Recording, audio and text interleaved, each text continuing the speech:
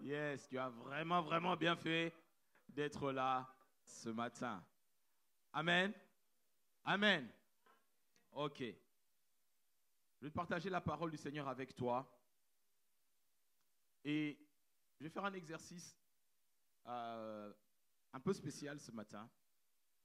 Je vais parler de la part de quelqu'un. Qui était là dimanche dernier? Dimanche dernier, on a reçu un message de la diaconesse Dapheline, ce que l'amertume ne te dit pas. Amen. Si tu n'as pas suivi ce message, vite, vite, vite, suis-le. Amen. Ce message m'a beaucoup parlé. Et ce matin, j'aimerais encore continuer sur ça. Ce que l'amertume ne te dit pas. Comme tu le sais, cette année, nous travaillons sur la notion du cœur. Nous travaillons sur le cœur et l'amertume est une réalité qu'on trouve dans l'Église. On n'en parle pas souvent. Mais ce matin, je vais faire un exercice spécial, un peu différent. Et suis-moi parce qu'on n'a pas beaucoup de temps, comme on a un planning bien précis. Je vais parler de la part de l'amertume. Je vais me mettre dans la peau de l'amertume et je vais te dire ce que moi, l'amertume, je ne te dis pas. Est-ce que quelqu'un me comprend? Mhm. Parce que c'est quelque chose, on pense que c'est naturel, mais je vais te dire une chose, c'est que l'amertume ne vient pas de Dieu. Quelqu'un me comprend? Alors rapidement, définissons ce que c'est que l'amertume, avant que l'amertume commence à te parler de la part du Saint-Esprit. Qu'on se comprenne bien. Amen, Église. La définition qu'on a reçue la semaine dernière, et je la complète encore dans l'autre dictionnaire biblique, l'amertume, c'est quoi? Prends note. C'est un sentiment durable de tristesse. Sentiment durable de tristesse, parfois mêlé de colère, mêlé de rancœur, de regret, qui vient d'un rejet. Amen, amen. Sentiment durable de tristesse, parfois mêlé de rancœur, de regret, et qui vient d'un rejet, principalement, d'une humiliation, d'une déception ou d'une injustice. C'est ça l'amertume. C'est un sentiment durable, profond de tristesse, mélangé parfois à la colère, à la rancœur, à des regrets, profonds regrets. Et tu sais, la source hébraïque du mot amertume, c'est la même racine que le terme malédiction. Alléluia. Et quand les Juifs, les rabbins parlent de la vie d'Adam, ils qualifient la vie d'Adam après la chute d'une vie d'amertume, c'est-à-dire de profonds regrets, de tristesse, à cause du rejet. Est-ce que quelqu'un me comprend? Et la Bible, quand elle dit que la nature, la création souffre d'un sentiment, elle souffre de ce sentiment d'amertume parce qu'elle a perdu une position qui était favorable. Jusque-là, c'est bon?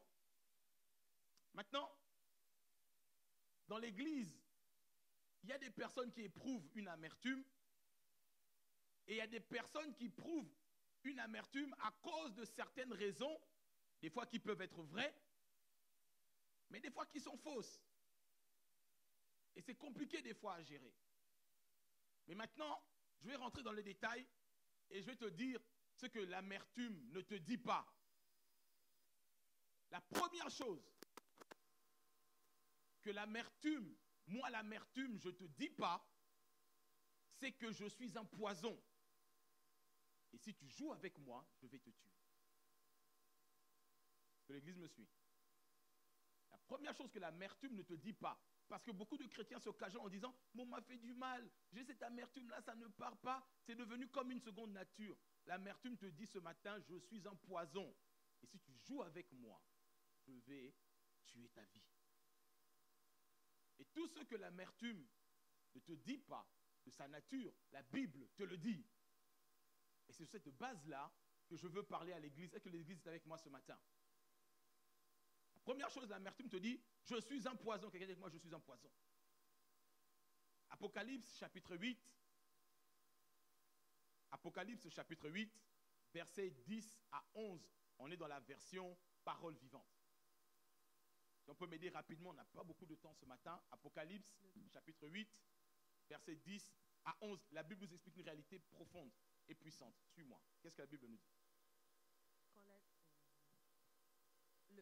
Chapitre 8, verset 10. Voilà, le troisième. Le troisième ange sonna de la trompette. On t'entend pas? Vas-y. Le troisième ange sonna de la trompette. Un grand astre enflammé, une sorte de globe de feu, tomba du ciel sur le tiers des fleuves et sur les sources. Cet astre se nomme amertume. Quelqu'un dit avec moi amertume. Amertume. Les tiers des eaux devinrent amers comme l'absinthe, et beaucoup d'hommes moururent d'avoir bu ces eaux empoisonnées. Ok, dis avec moi, eau empoisonnée. La Bible explique cette réalité spirituelle. L'Apocalypse se décode et on comprend très bien. Il faut qu'on t'enseigne ces révélations. Cet astre brillant-là tombe sur les tiers des fleuves, c'est-à-dire l'eau produit la vie. L'eau, c'est la parole, n'est-ce pas? Ok. Et le troisième ange, je ne rentre pas trop dans le chapitre 8, mais justement expliquer ce verset. On nous explique que l'amertume, lorsque tu la bois, elle tue. Et ce qui est extraordinaire, c'est que la Bible dit que le tiers des eaux devint amer comme de l'absinthe. L'absinthe, c'est une plante venimeuse et qui a un goût amer. Et à chaque fois, la Bible parlera d'absinthe, parle de l'amertume. Donc l'amertume est un poison. Et la Bible dit, beaucoup d'hommes. Le terme, c'est beaucoup. 9 fois, 10 fois sur 10, lorsque l'amertume, tu la bois, c'est-à-dire tu la digères, elle devient un poison. Et quand elle devient un poison, elle tue ta vie. Que l'Église me comprend. C'est quelque chose avec laquelle tu ne peux pas jouer ou l'entretenir. Pasteur, tu sais pas ce qu'on m'a fait à cause de cela. Depuis tellement longtemps, il ne m'a jamais demandé pardon et c'est resté dans mon cœur. L'amertume te dit, je reste dans ton cœur, je suis un poison et je vais te tuer. La Bible dit, beaucoup d'hommes, tous ceux qui en boivent, meurent.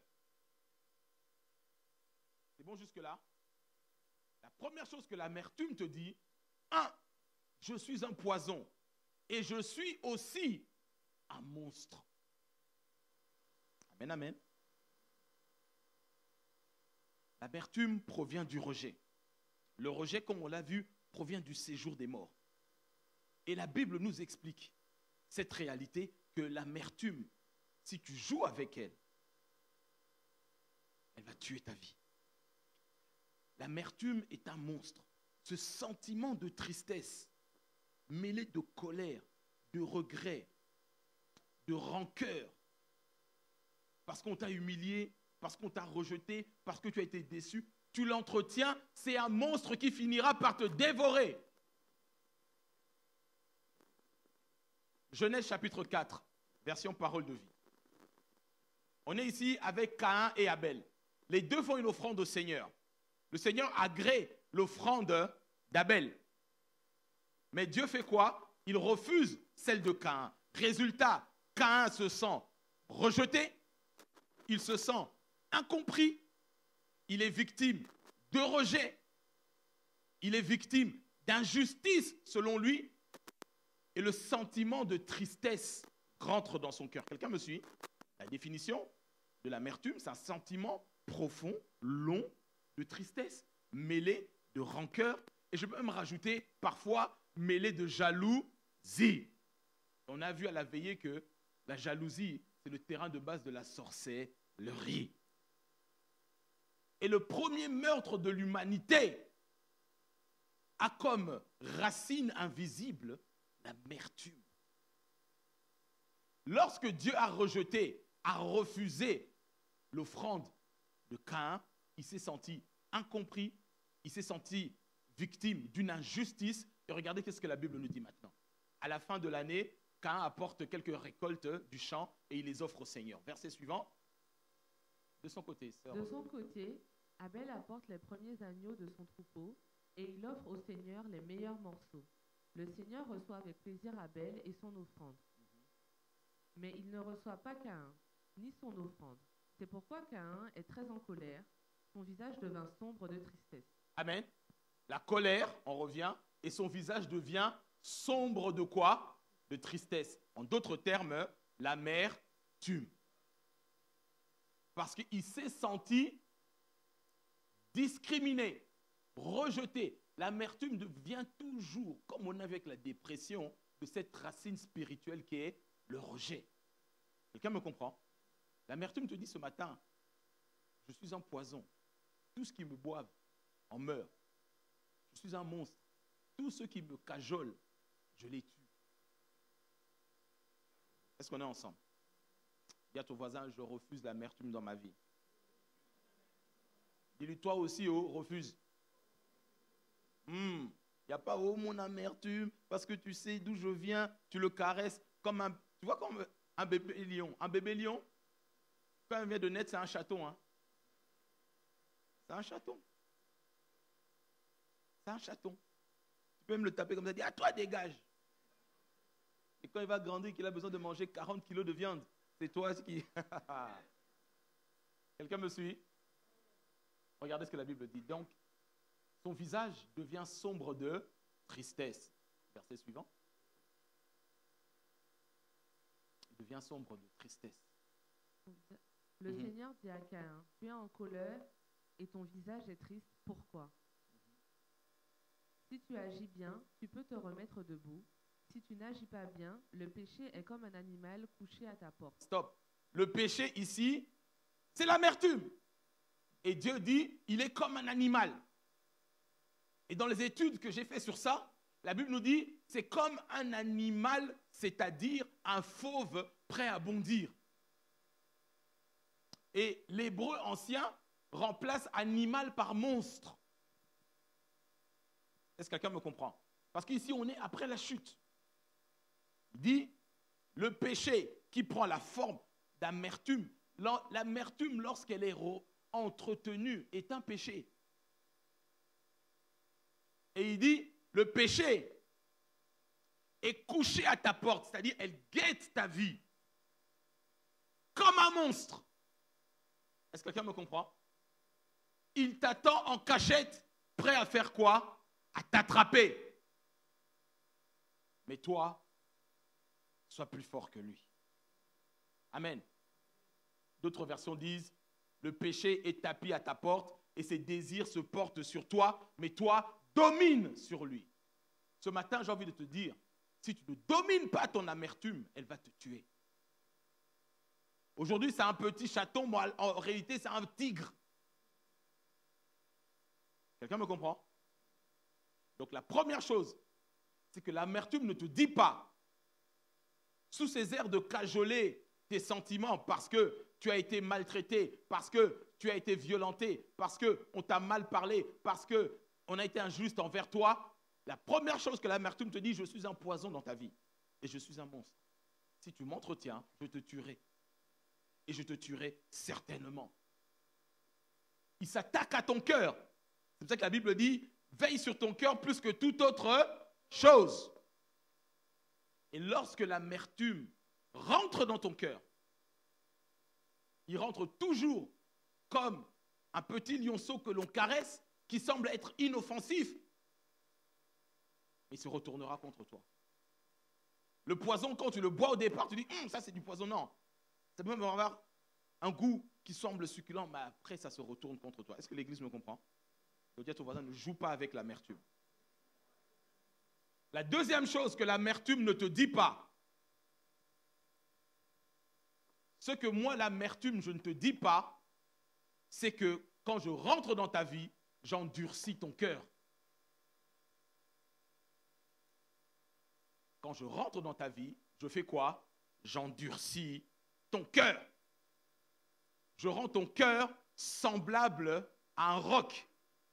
Laisse-moi te dire ceci, nous qui pratiquons la délivrance, on connaît cette réalité. Pourquoi Dieu dit, je remplacerai ton cœur de pierre et je mettrai un cœur de chair? Tu sais, quand quelqu'un s'adonne à la sorcellerie. Je disais vendredi à la veillée, on ne peut pas délivrer un sorcier. Non. Même quand lui-même le veut, il y a une étape importante que l'on doit faire. C'est qu'on doit réclamer son cœur. Parce que quand quelqu'un rentre dans la sorcellerie active, le diable prend son cœur et le place et le fait devenir de la pierre. C'est-à-dire, il rend son cœur dur et insensible. C'est pour ça que quelqu'un qui pratique la sorcellerie est capable de sacrifier son père ou sa mère. Quelqu'un me comprend? Avoir un cœur de pierre, insensible. Méfie-toi, tu n'es pas trop loin. Comme on dit chez nous, de la sorcellerie. Amen, amen, Église. Et l'amertume, lorsqu'il rentre dans ton cœur, lorsqu'elle rentre dans ton cœur, elle l'endurcit, ton cœur. Et je reprends le passage qu'on avait vu la semaine dernière avec la diaconesse Dapheline. Lorsque Absalom, fils du roi, sa sœur a été violée par son demi-frère, donc le frère aîné, qui était l'héritier de David, Amnon, le fils que David aimait. On connaît le texte, on l'a vu la semaine dernière, n'est-ce pas? Mais je vais te faire découvrir quelque chose.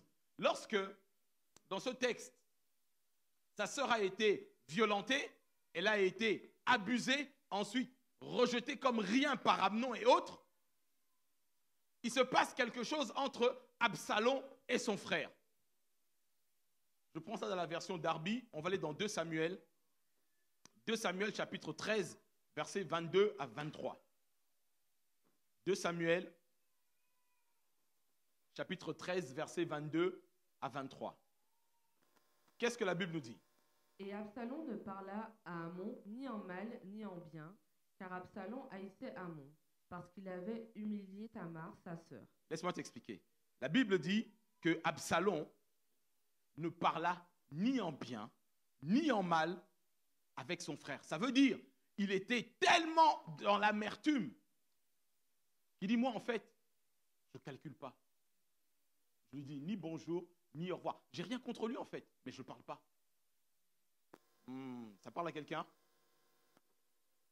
Ni en bien, ni en mal. Ah non, mais pasteur, tu sais, on n'a pas de problème entre nous. On ne se parle pas. La Bible dit, parce qu'il haïssait.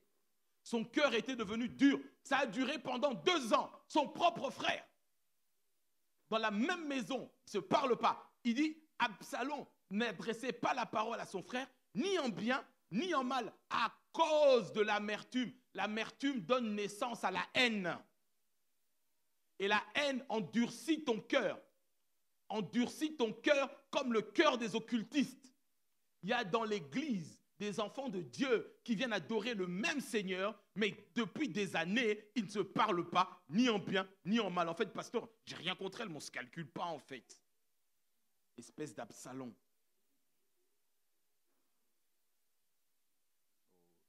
Ça, ce sont des symptômes visibles. En tant que pasteur, homme de Dieu, je peux te dire, tu peux cacher comme tu veux, mais en fait, on ne se parle pas, on ne se calcule pas, on est bien. Non, la Bible dit qu'Absalom ne parla pas à son frère pendant 2 ans, ni en bien, ni en mal, à cause en réalité de ce ni en bien, ni en mal qui ne lui parle pas. L'amertume a donné naissance. C'est le terreau fertile de la haine. On trouve, parce que dans l'église, on dit, ah non, il n'y a pas de haine dans cette église. Mais en réalité, l'amertume est la haine déguisée. Et elle se déguise encore plus dans le fait qu'on ne se parle pas. Le culte est fini. À 30,25 secondes, tu es dans ta voiture. J'avais même entendu parler des gens qui disent, ah moi je viens juste pour prier. Quand le culte est fini, je pars, je rentre chez moi. Absalom que tu es. Je disais ceci tout à l'heure. Il y a des personnes sur la terre, c'est vrai, tu as été traité injustement. Et c'est dommage. Mais ta responsabilité, c'est qu'est-ce que tu fais des émotions et des sentiments lorsque tu as été traité avec injustice. Ne laisse pas l'amertume t'empoisonner. Et il y a des personnes, On leur a rapporté des histoires qui ne sont pas vraies. Tu sais, dans la chorale, on a dit ça sur toi. Ah bon? Je ne les calcule plus. En fait, ils n'ont rien dit, mais tu t'empoisonnes bêtement. Est-ce que l'église me suit? Il n'y a rien de pire que de développer une amertume sur des bases qui n'existent pas. Tu te fais empoisonner gratuitement. En réalité, Satan gagne un prospect gratuit. Il a un client gratuit. Parce que je te le dis, tu ne traites pas l'amertume, tu meurs, tu vas griller en enfer. Je te le démontrerai, c'est écrit noir sur blanc dans la Bible. C'est pour ça que je dis que l'amertume est un poison doux. Si tu l'entretiens, il va te tuer. C'est un monstre. Un bébé lion que tu cajoles, c'est un petit chat. Mais quand on va commencer à rugir la nuit, et toi et les voisins, vous allez tous fuir l'immeuble, mais c'est trop tard. L'amertume, si tu ne le traites pas, ça endurcit ton cœur. Et chez nous, les chrétiens, les enfants de Dieu nés de nouveau, l'amertume trouve son lieu de naissance et de domicile dans nos foyers. Les blessures, les rejets que nous avons viennent de là. L'amertume endurcit ton cœur. En réalité, comme l'avait dit Tafline la dernière fois, derrière le manque de pardon, il y a toujours l'amertume. Et derrière le manque de pardon, c'est la haine déguisée.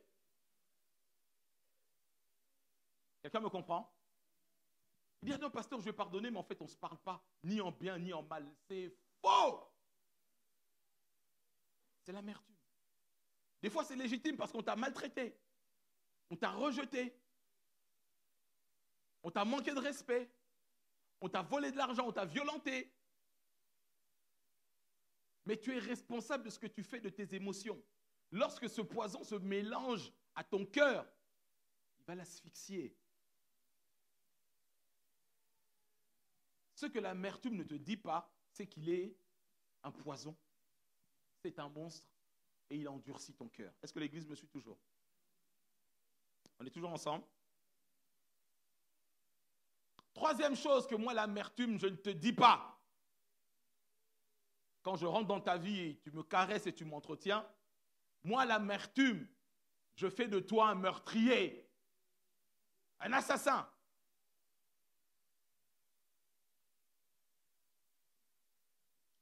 Oh, mais pasteur, je n'ai jamais été à la prison de la santé, je n'ai pas été à Fleury. Tu es un assassin.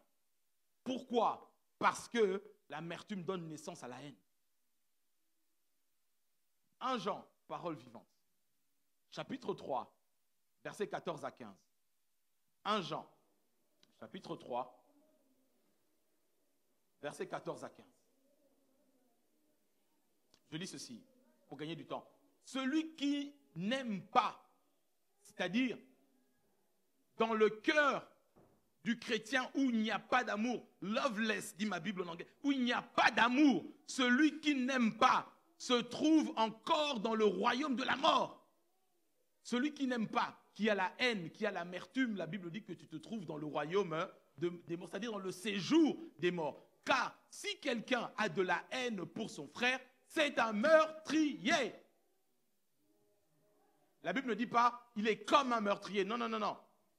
Celui qui a de la haine, il est quoi? Un meurtrier. Et il n'y a pas de haine qui se développe s'il n'y a pas eu d'amertume en amont. Est-ce que quelqu'un me comprend? Or, vous savez que la vie éternelle ne demeure pas dans un meurtrier. Ce que moi, l'amertume, je ne te dis pas, c'est que je fais de toi un meurtrier. On remonte le verset 12 du même texte, 1 Jean chapitre 3, le verset 12. La Bible nous dit, on l'a vu tout à l'heure, que personne ne suive donc l'exemple de Caïn. Il a agi sous l'instigation du diable. L'amertume, c'est l'instigation du diable. Dis à ton voisin, l'amertume, c'est l'instigation du diable. C'est pourquoi, moi, l'amertume, je ne te dis pas.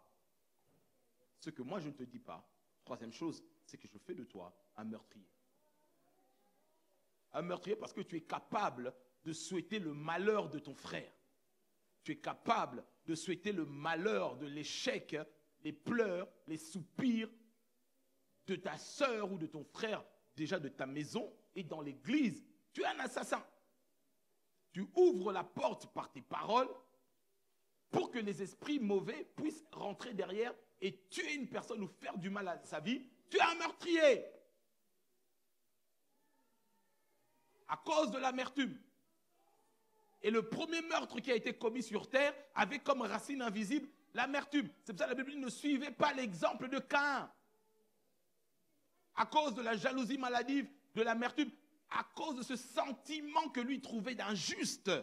Pasteur, tu ne sais pas ce qu'on m'a fait là-bas. Comment mon père a pu me faire ça? Je ne pourrais jamais lui pardonner. Est-ce que l'église est toujours là? Que personne ne suive l'exemple de Caïn. Il a agi sous l'instigation du diable puisqu'il a égorgé son frère. Et savez-vous pourquoi il l'a tué? Point d'interrogation. Parce que ses actes étaient mauvais alors que ceux de son frère étaient justes. Comme vous le savez, on a vu le texte avec Absalom et son frère. Il n'a parlé à son frère ni en bien ni en mal pendant 2 ans. Et la 2e année, il a monté un complot pour assassiner son frère. Si son cœur n'était pas endurci à cause de l'amertume, il ne serait jamais devenu un assassin. Le manque de pardon entretient et nourrit, gonfle, dope ton amertume et fait de toi un assassin. Mais pasteur, moi je parle en langue. Pasteur, je suis né de nouveau. Je sers dans l'église. Oui, mais tu es un meurtrier quand tu as de la haine dans ton cœur. Et la Bible ne dit pas, et de la haine uniquement quand on t'a fait quelque chose de légitime. Non. Ou parce que tu avais tort. Non. Même à tort, on t'a manqué. On t'a volé, spolié, rejeté. C'était légitime que tu ressentes cela. La Bible dit, sois plus fort que lui, domine sur lui. Oh, est-ce que quelqu'un me comprend? Ce que moi, l'amertume, je ne te dis pas, c'est que je fais de toi un meurtrier. 1 Jean toujours, chapitre 4, cette fois-ci, verset 20, version Louis II, classique, 910. Le verset 20 uniquement. Si quelqu'un dit « J'aime Dieu » et qu'il haït son frère, c'est un menteur. Car celui qui n'aime pas son frère, qu'il voit, comment peut-il aimer Dieu qu'il ne voit pas? Amen. Si quelqu'un, ici, là, tu dis que tu aimes Dieu et que tu as de la haine dans ton cœur contre ton père, ta mère, frère, sœur ou ton pasteur, Dieu dit, te qualifie de quoi? De menteur. Et quand il te qualifie de menteur, c'est-à-dire que tu as le même ADN que Satan. Parce que dans Jean chapitre 8, Jésus dit qu'il est le père du mensonge, Satan. Et quand il parle de son propre fond. Ça veut dire que quand tu as de la haine, tu es un menteur, tu as la même source chimique, biologique, ADN que le diable. Et ça, l'amertume, moi, je ne te le dis pas. Ce matin, sous l'inspiration du Saint-Esprit. Est-ce que quelqu'un me suit toujours? Je trouve trop calme ce matin. Peut-être que vous attendez trop l'agapé. Vous dites qu'il termine vite là avec sa cravate bleue. Est-ce qu'on est ensemble, l'église? Amen, amen. Ce que l'amertume ne te dit pas, il endurcit ton cœur. Et quand ton cœur devient trop insensible, j'ai envie de paraphraser, tu n'es plus très loin de la sorcellerie. C'est quoi cette église? On nous traite de sorciers. Non, je dis que quelqu'un qui pratique la sorcellerie est capable de sacrifier sans broncher les êtres qui lui sont chers. Parce que son cœur est devenu dur. Et celui qui entretient l'amertume, son cœur est endurci. Absalom, pendant 2 ans, il n'a pas calculé, n'a pas parlé ni en bien ni en mal à son propre frère. Et il a fini par le tuer, la faire assassiner. Amen, amen. 4e chose que moi, l'amertume, je ne te dis pas. Moi, l'amertume, je fais de toi un rebelle. À cause de l'amertume, tu deviens un rebelle devant Dieu. Je vais te montrer bibliquement. Exode chapitre 15. versets 22 à 25, second 21. Exode, chapitre 15, versets 22 à 25. Qu'est-ce qui se passe dans la parole de Dieu ici? Moïse fit partir d'Israël de la mer des roseaux, et ils prirent la direction du désert de Chou. Après 3 années de marche dans le désert, ils ne se trouvèrent pas d'eau. Ils arrivèrent à Mara, mais ils ne purent pas boire l'eau de Mara parce qu'elle était amère. C'est pourquoi cet endroit fut appelé Mara. Le peuple murmura contre Moïse en disant « Que boirons-nous » Moïse cria à l'Éternel, et l'Éternel lui indiqua un morceau de bois qu'il jeta dans l'eau, et l'eau devint douce.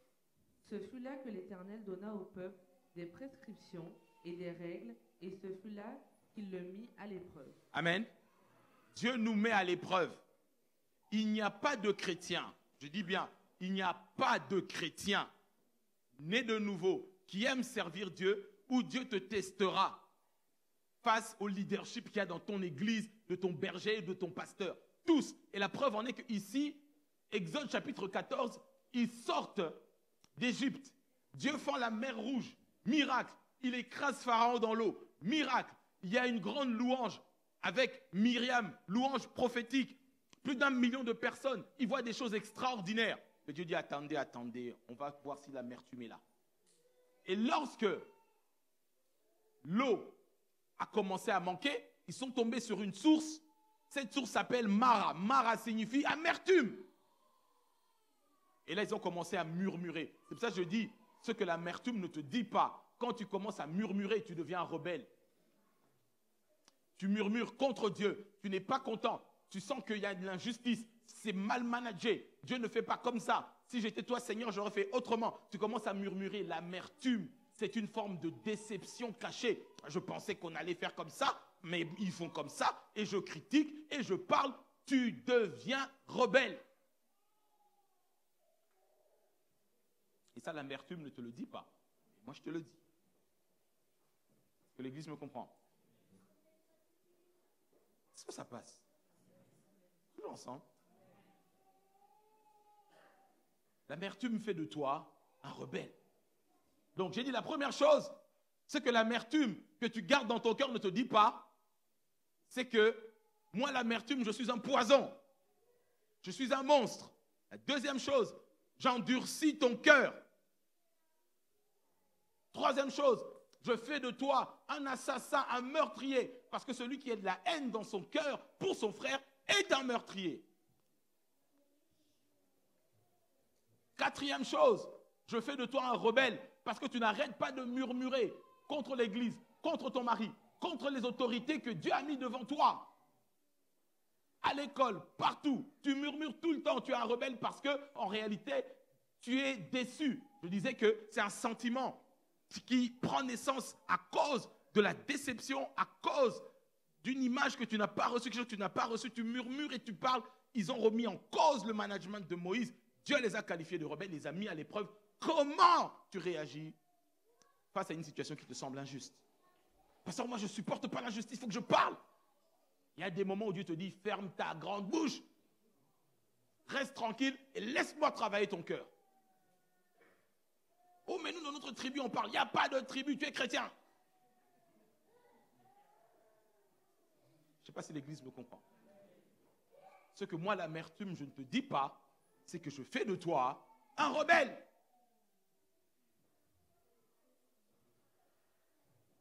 Cinquième chose,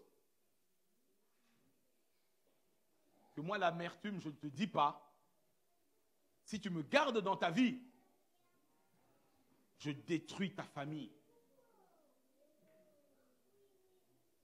Je l'ai dit tout à l'heure en passant, mais laisse-moi aller un petit peu en profondeur. S'il y a une chose qui pourrit les relations dans un foyer, dans un couple, dans une famille, c'est l'amertume. Quelqu'un dit avec moi, amertume.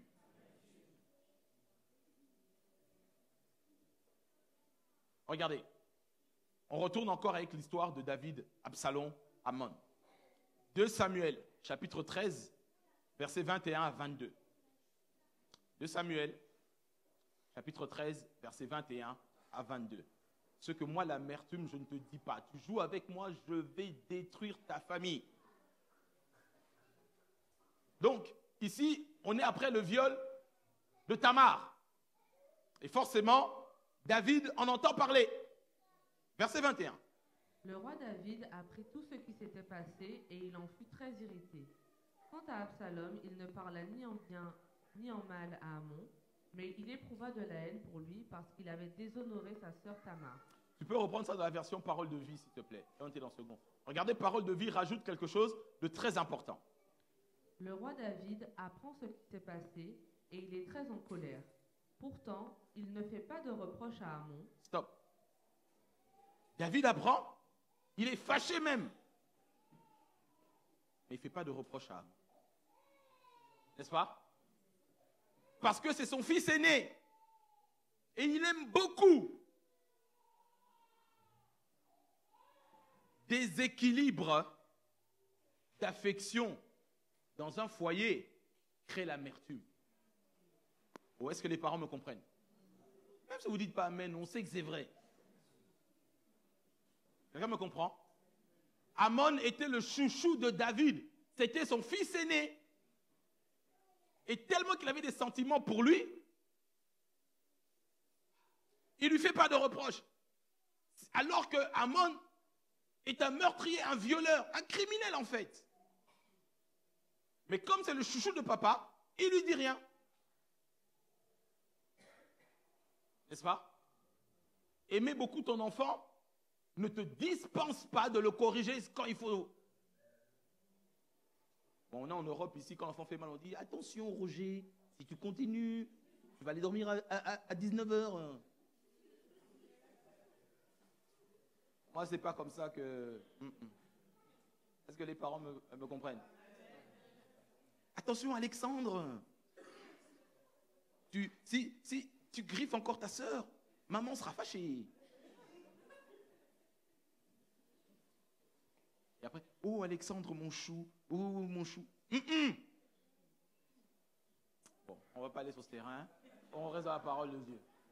Alors, donc il dit, parce qu'il aimait beaucoup. Regardez la suite maintenant, des catastrophes qui arrivent derrière. Continue, verset suivant.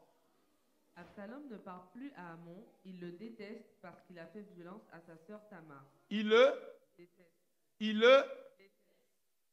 Absalom éprouve légitimement un sentiment de tristesse, de colère, légitime.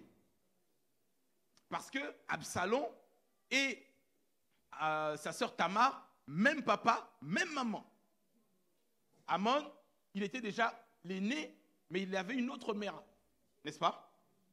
Mais ici, Absalom, non seulement, le mot qu'il utilise ici, c'est détester. Mais en réalité, ce que la Bible ne dit pas ici clairement, mais qui le démontre dans les autres chapitres, c'est qu'à cause de la mollesse de David, Absalom a non seulement commencé à détester son frère Amnon, mais il a commencé à détester David. Tu lis l'histoire dans son entièreté, tu verras ceci, c'est qu'à cause de cela, Absalom n'a plus parlé à David pendant 5 ans. Et la 5e année du fait qu'il n'avait plus parlé à David à cause de son amertume, il a suscité la rébellion. Il a pris toutes les femmes de son père, il les a souillées, n'est-ce pas? Tout est parti de là à cause de l'amertume. Il a passé 2 ans sans parler à son frère. Il est parti 2 ans dans la famille de sa mère. Il est revenu 3 ans, mais sans voir son père lui parler directement. À cause de cette amertume, il est devenu rebelle. Je dis que l'amertume détruit les familles. Lorsque tes enfants ne se parlent plus, ni en bien, ni en mal, warning. Quelqu'un me comprend? Et David ici, il a fait une erreur trop grave. Un crime aussi grave, il n'a pas fait de reproche. C'est des choses, des fois à l'église, tu es là.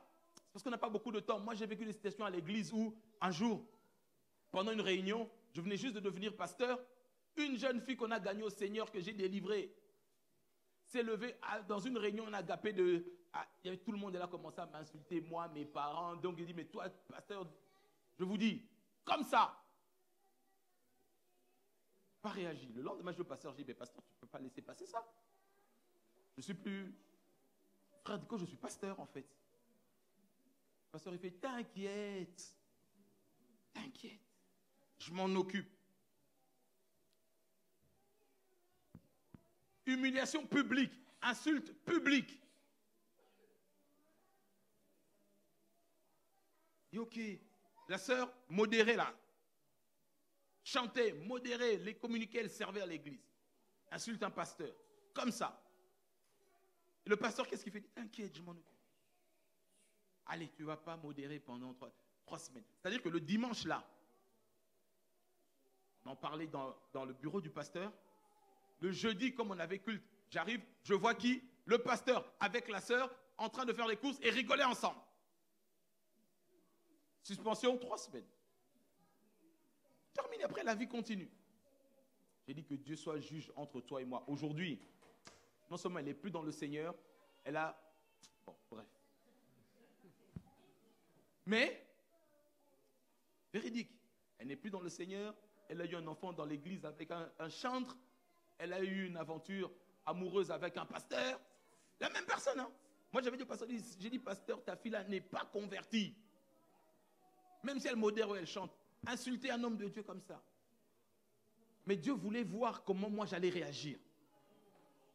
Quand j'ai vu mon pasteur n'a rien fait. Est-ce qu'on comprend?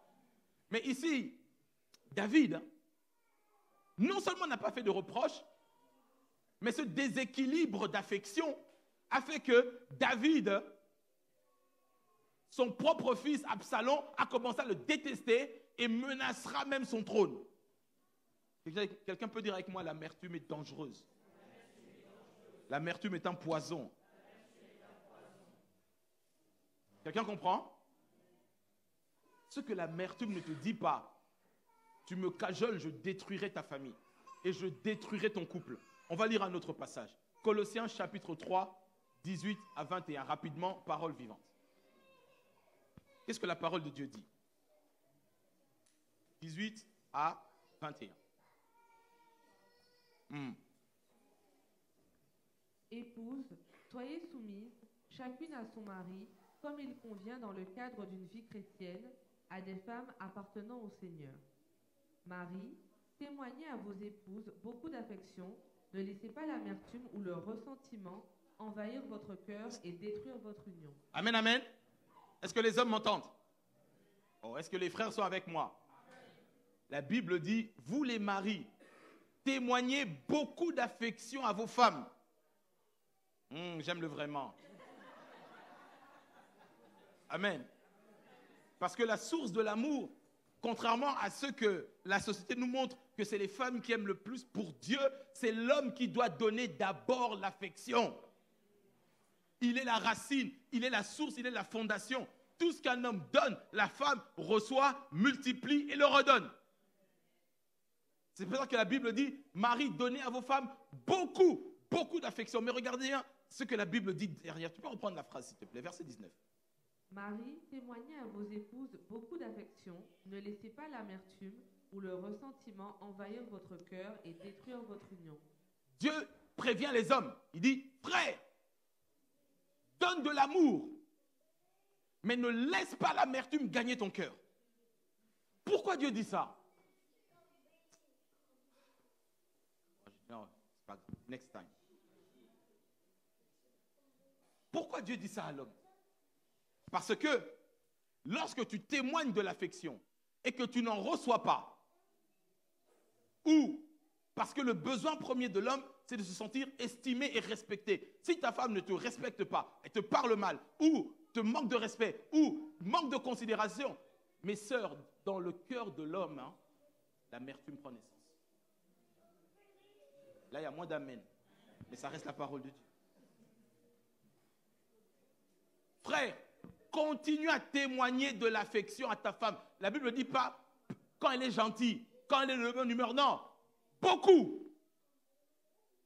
Et garde ton cœur pour que tu ne nourrisses pas d'amertume vis-à-vis de ton épouse. Quand elle va mal te parler, quand elle va te chipper.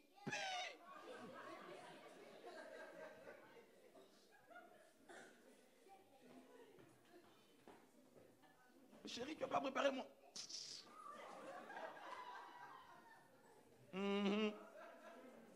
Quelqu'un me comprend? Ce qui est paradoxal ici, Dieu ne dit pas ça à la femme. Il dit ça à qui? Le voisin, à toi, frère. Ah oui. Il dit, frère, ne laisse pas l'amertume ou le ressentiment envahir ton cœur et ça finira par faire quoi? Détruire ton couple. Est-ce que l'Église me comprend? Mais il y a une réalité biblique que tu dois comprendre. Si Dieu a créé l'homme comme la fondation, comme l'émetteur, c'est-à-dire celui qui produit, que ce soit qui produise la semence, qui produit l'énergie, etc., Dieu a créé la femme comme étant l'élément de réception. Elle reçoit, elle donne la vie, n'est-ce pas? Donc, toi, homme, tu veux recevoir de la considération, tu veux recevoir de l'affection, alors donne de l'affection, frère. Donne de l'affection, donne de la considération, donne de l'attention. Même si son sujet ne t'intéresse pas, regarde les feux de l'amour, s'il le faut, regarde.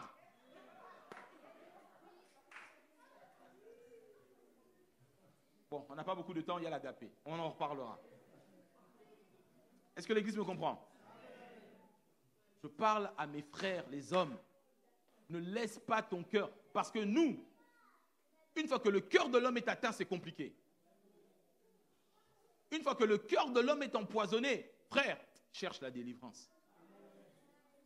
Parce que la femme, elle peut oublier et passer à autre chose facilement. Mais nous, les frères, lorsque on est blessé dans notre amour propre, je te dis, beaucoup de frères, quand on parle, on témoigne, pasteur, j'ai ouvert mon cœur à ma femme. Je lui ai dit, voilà, j'ai telle faiblesse. Le jour où on s'est pris la tête, il dit, d'ailleurs, toi, ta faiblesse là. Ma soeur, ne fait jamais cette erreur-là. Parce qu'il n'oubliera jamais. Est-ce que quelqu'un me comprend? Les frères, on est entre nous, bisous, non? Oh. Si ton mari te dit, voilà, j'ai du mal avec telle chose, le jour où vous prenez la tête, ne lui ressort jamais ça. Parce qu'à partir de là, il devient une tombe, il ne te dira plus rien. Oh, pasteur, je ne comprends pas. Mon mari ne me parle plus. Jacques Albert me dit rien. Jacques Albert te dit rien. D'accord, analysons. Mais oui, analysons. Et quand on va commencer à analyser, on va comprendre que Jacques Albert ne te dit plus rien parce que son cœur a été atteint par l'amertume. Je vous dis, c'est terrible. Ça prend du temps pour déraciner l'amertume dans le cœur du mari. La preuve en est que l'Église gagne plus facilement les sœurs parce que le cœur de l'homme, une fois qu'il est endurci, c'est compliqué. C'est pour ça que Dieu met en garde ici, non pas la femme, mais l'homme. Je ferme la parenthèse. Regardez, la Bible continue parce qu'on n'a pas beaucoup de temps. Verset 20. Enfants, votre devoir à vous est d'obéir à vos parents en toutes choses. C'est ainsi que vous pourrez le mieux témoigner votre amour au Seigneur et le réjouir. Je continue, verset 21. Mais vous, pères, il revient encore aux hommes, n'exaspérez pas vos enfants par une sévérité excessive. Évitez de leur faire perdre courage. Ça ne sert à rien que tu sois John Rambo chez toi et tes enfants. Ce verset se complète avec un autre texte rapidement. Éphésiens chapitre 6, verset 4, parole vivante. Éphésiens 6, verset 4, parole vivante. La Bible dit, vous les parents, en d'autres termes, vous les papas, les pères d'abord. Le même verbe revient. Exaspérer, la racine grecque, c'est irriter. Ne stimulez pas les mauvais sentiments dans le cœur de vos enfants en étant trop dur. Moi, c'est comme ça. Sinon, paf, sinon, boum. La Bible dit ici, n'exaspère pas tes enfants par une sévérité excessive. Ça ressemble très pour très à ce qu'on vient de lire. Afin, écoute bien, afin de faire quoi? Afin qu'ils ne conçoivent pas d'amers ressentiments contre vous. Afin qu'ils ne conçoivent pas d'amers ressentiments. Qui dit amer ressentiment dit amer. L'éducation est importante, une éducation stricte est importante, l'éducation sévère est importante, mais une éducation cruelle, ce n'est pas de Dieu. Parce que dans le cœur de l'enfant, ça fait renaître quoi? L'amertume. L'amertume est le fruit du rejet. Ce que moi, l'amertume, je ne te dis pas. Quand je rentre dans ta famille, je la fais exploser. Est-ce que quelqu'un me comprend? Regardez bien, le même verset, tu peux reprendre. Verset 4, Éphésiens 6. Vous les parents, n'exaspérez pas vos enfants par une sévérité excessive, afin qu'ils ne conçoivent pas d'amers ressentiments contre vous. Éduquez-les comme le Seigneur nous éduque, en vous inspirant de ses conseils pour les avertir et les reprendre. Avertir et Reprendre. Quand on dit avertir et reprendre, c'est que attention Jean-Alexandre, si tu continues, ça va mal se passer. Tralala. Non, c'est pas ça reprendre, hein, ni avertir. Dis, hé, monsieur, et tout petit, tu dis, monsieur, tu arrêtes et tu continues, tu vas avoir affaire à moi. Tu vas savoir qu'ici, c'est moi qui commande. Quand tu seras chez toi, tu pourras faire 10 jours sans te laver, mais ici, tu te laves. Oh. Est-ce que ça parle aux parents? La Bible dit, il faut les avertir, il faut reprendre. Regardez, élevez-les dans une discipline. Aimante. Discipline comment? Aimante. Aimante. On va dire, tu n'as pas fait ton lit. Alors 3 jours, tu ne vas pas manger. Frère, tu finiras à la prison de la santé pour maltraitance. Est-ce qu'on se comprend? Non, non, non. La discipline selon Dieu, elle est avec amour pour corriger, pour faire monter. Parce que si ce n'est pas ça, l'amertume va naître. C'est un poison, c'est un monstre. Est-ce que les parents me comprennent?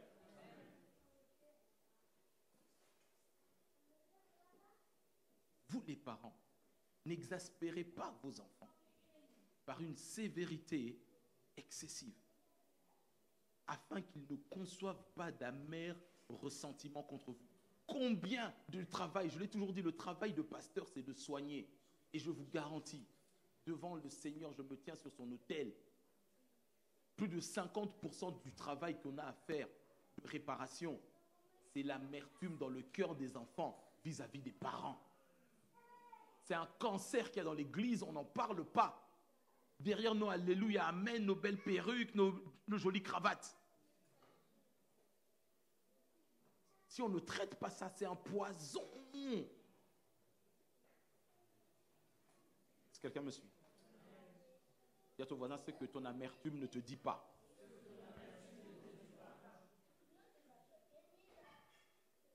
« 9 fois sur 10, lorsqu'il y a infidélité ou adultère, c'est que l'autre s'est senti rejeté, traité injustement, ou quelque chose lui manque, dans l'affection, dans la considération ou le respect, ça fait naître l'amertume et il se trouve consolé ailleurs.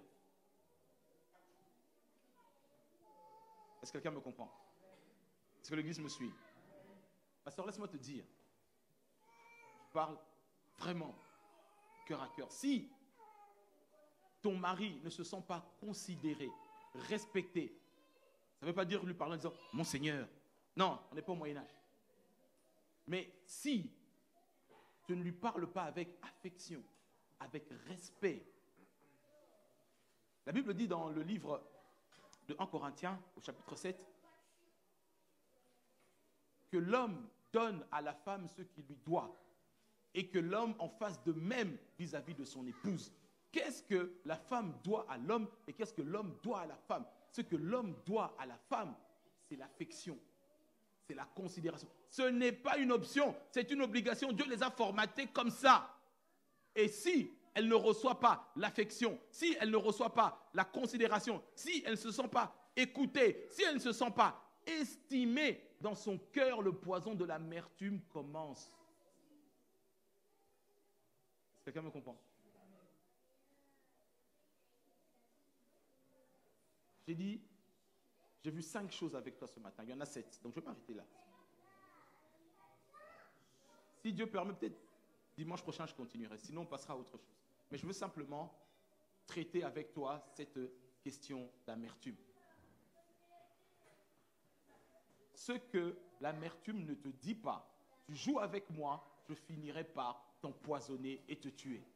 Tu me caresses, tu me dorlotes comme un monstre, comme un petit chaton. Quand je deviendrai un tigre, ce sera trop tard. Ne laisse pas ton amertume endurcir ton cœur. Est-ce que quelqu'un me comprend? Tu peux ressentir cela légitimement parce que le pasteur n'a pas tranché en ta faveur.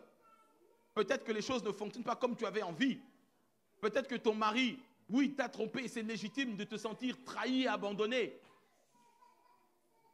On ne peut pas. On a vu ça la semaine dernière, commencer à parler du pardon. Parce que quand on parle d'amertume, on est obligé de parler du pardon. Est-ce que l'Église me comprend? On aura l'occasion, on va revenir sur ça en profondeur, crois-moi. Parce qu'on traite du cœur. Dieu veut nous amener loin. Mais si notre cœur est pourri, ça ne marchera pas. Il dit, moi l'amertume, si tu joues avec moi, je ferai exploser ta famille. À cause de l'injustice dans les traitements. Mari vis-à-vis de la femme vis-à-vis de ses enfants, ou le mari vis-à-vis, le papa vis-à-vis des enfants. Il dit non, non, non, non, non, non, non. Parents, soyez équilibrés dans l'éducation, dans la discipline que vous donnez à vos enfants. Soyez comme le Seigneur nous éduque.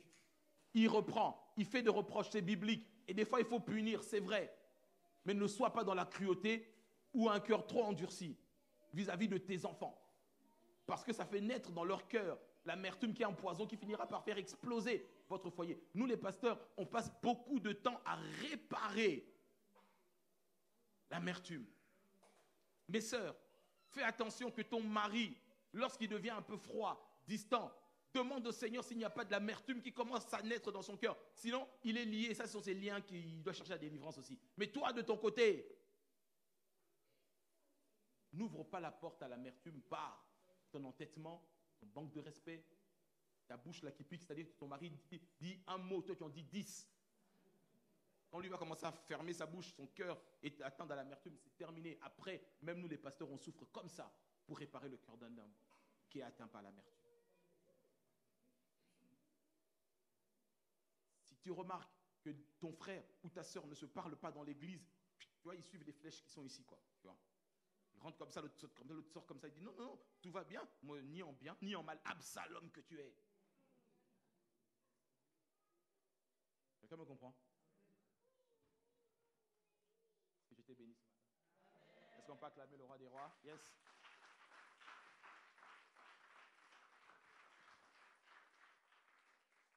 On va se mettre debout dans la présence du Seigneur.